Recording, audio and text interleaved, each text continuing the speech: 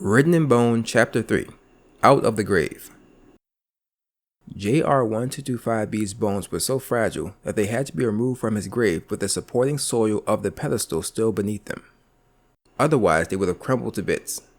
With the soil still in place, the bones were carefully transferred onto trays and sent for conservation, a treatment process to protect them from decay and damage. Although the archaeologists may begin this process while the bones are still in situ, Kelso's team felt that conserving JR-1225B's bones in the lab would be easier. This process took place at the Jamestown Rediscovery Project's conservation laboratory near the excavation site. First, senior conservator Michael Lavin set aside several untreated bone samples to send to Osley for scientific analyses that require bone material that has not been conserved. Using soft brushes, dental picks, and specially treated water, Lavin removed all traces of the soil that clung to JR-1225B's bones. The next step, drying the skeleton, took a remarkable 2 weeks. Although the skeletal material may appear dry within hours, it still retained some moisture, Lavin stated. This hidden moisture must be removed gradually to prevent the bones from shrinking, much as they had in the grave after heavy rains. Lavin further explained that conservation experts solved this problem by placing the bones in drying racks and covering them in plastic perforated with small holes. The holes control the amount of air that reaches the bones, slowing the drying process. Next, Lavin coated the bones with an acrylic mixture that acts like glue, binding the bone tightly to prevent breakage or flaking. After the mixture dried, he fitted together fragments of broken bones and glued them as well. Finally, he wrapped JR-1225B's labeled conserved bones with a clear plastic material specially made for protecting fragile items and placed them in storage boxes. To prevent damage from changes in the atmosphere, the boxes were kept in a temperature-controlled and humidity-controlled vault until they were sent to Osley's forensic laboratory in the Smithsonian Institution. There, Osley and his colleague Carrie Brulhide, a skeletal biologist and forensic anthropologist, laid the skeleton on a table, each bone in its anatomically correct position. Using a magnifying lens, they examined each bone and tooth and made notes of their observations. Next, Osley and Brulhide used precise measuring tools called calipers to measure JR-1225B's long bones.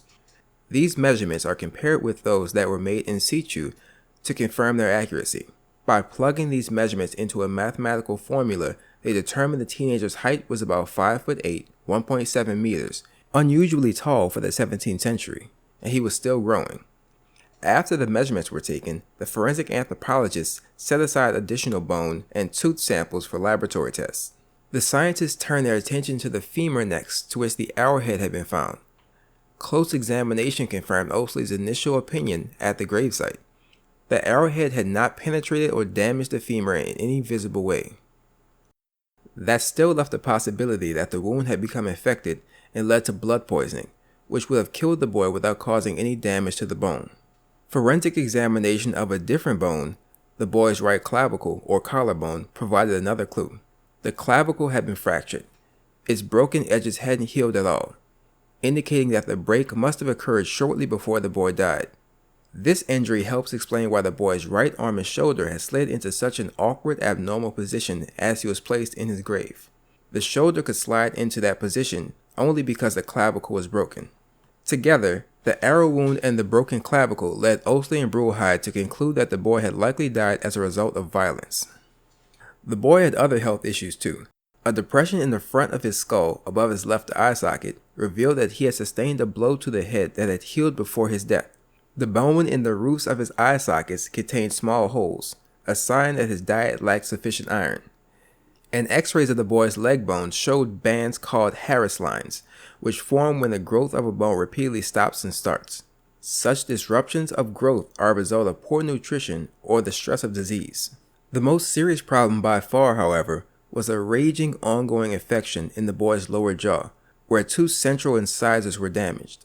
The left incisor was broken in half, exposing the pulp, the soft inner part of a tooth that contains nerves and blood vessels. At first, the injury would have caused intense pain, particularly at mealtimes, because the exposed pulp chamber would have been extremely sensitive to cold and heat. The boy probably covered the broken tooth with his lower lip and tongue to protect the exposed nerve from hot and cold foods. Within 10 days, the pulp deteriorated. A pus-filled area called an abscess formed at the tooth's root. After a week or two, the nerve of the tooth died, ending the pain the boy felt from hot and cold substances.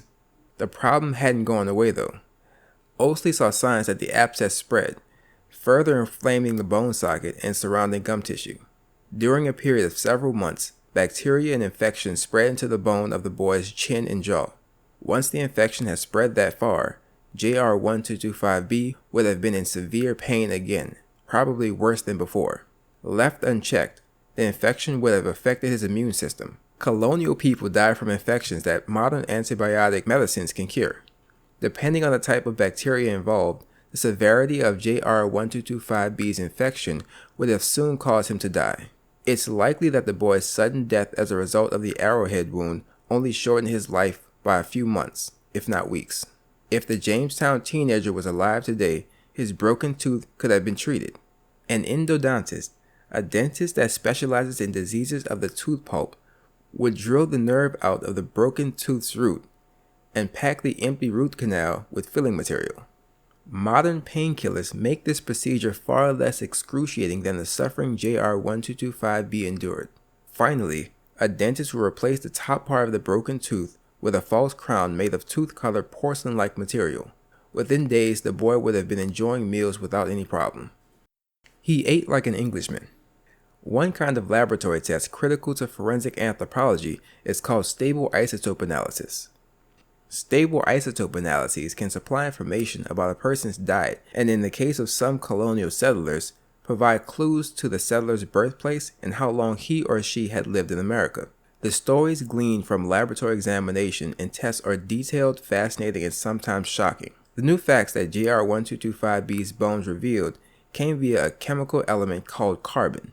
When green plants undergo the nutrient-making process of photosynthesis, they absorb varying amounts of three forms, or isotopes, of this element: carbon-12, carbon-13, and carbon-14.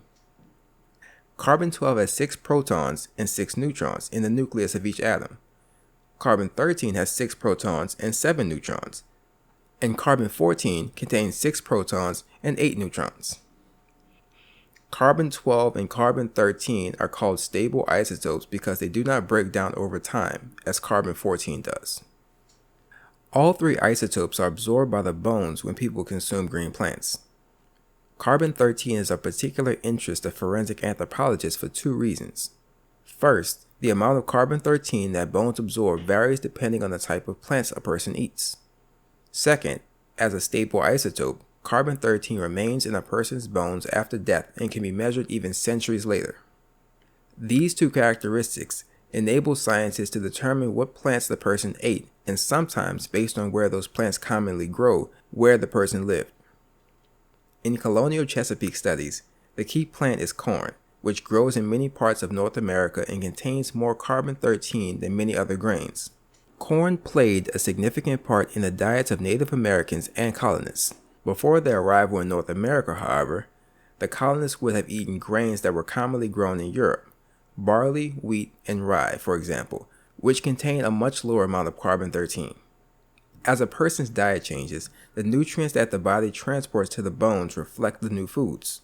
Over time, the bones themselves change. For example, when people born in England moved to the American colonies and started to eat more corn, the level of carbon-13 in their bones slowly increased. Scientists think that it takes about 20 years for a bone's carbon-13 content to be completely replaced by dietary change. The amount of carbon-13 found in bones can be measured and analyzed based on scientific research to determine a number known as the carbon-13 value. This number is written as a negative number, that is, a number less than 0.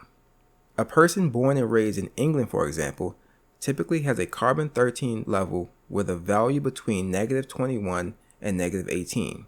The carbon-13 value for a person born and raised in North America on a diet that included corn will be in the range of -15 to -9. Scientists believe that a value between -18 and -16 in a colonial American's remains indicates that the colonist was probably born and raised in England and immigrated to North America, where he or she lived less than 20 years before death. The isotope analysis of the samples taken from JR1225B's bones revealed a carbon-13 value of negative 19.3. The value of negative 19.3 is very English, with absolutely no corn influencing his diet, Breuheid noted. Because the amount of carbon-13 in the boy's bones is so low, Ousley and Breuheid are confident that he had only recently arrived from England when he died. The isotope analysis fits perfectly with JR1225B's identity as a boy likely in service to one or more of the men or a ship's boy who was killed shortly after arriving in Virginia, Breuheid added. In fact, he may have been a victim of a documented Indian attack on James Fort that took place on May 25, 1607. One colonial document which describes this attack mentions that a boy was killed. The historical evidence uncovered so far supports this theory. Catherine Carell Walls volunteers as a historian for the Association for the Preservation of Virginia Antiquities. One of her goals is to identify JR1225B by researching the historical record. At least 4 boys were known to have been on the 3 ships that arrived in Jamestown in 1607 and were therefore likely candidates. Reading journals, church records, and many other materials, Carell Walls meticulously traced leads for each name. 2 of the boys are mentioned as being alive in journal accounts in 1608, so they clearly hadn't died in 1607. According to records found in England, the 3rd boy would have been 9 years old that year, too young to be JR1225B. The last, and Corwell believes, most likely candidate is a young man named Richard Mutton. Richard Mutton is listed by John Smith as one of the boys that arrived in Virginia in May of 1607. His name does not appear again in the record, she explained. We have not determined the exact birthplace or birth date for Richard, but I've located one possibility in the baptism record for the 2nd of June, 1593 in London, England. Richard Mutton certainly seems a fitting candidate for JR1225B. His disappearance from the historical record suggests he may have died in 1607. If Carell Walls has correctly located his birth record, he was 14 years old at the time of his death, well within Doug Ousley's age estimate for JR1225B. Still, as tantalizing as the possibility seems, JR1225B may not have been Richard Mutton. Many of the colonists who traveled to Jamestown were not listed in the historical record, so the skeleton could belong to an unnamed boy. Only further research will determine whether the identification can be confirmed.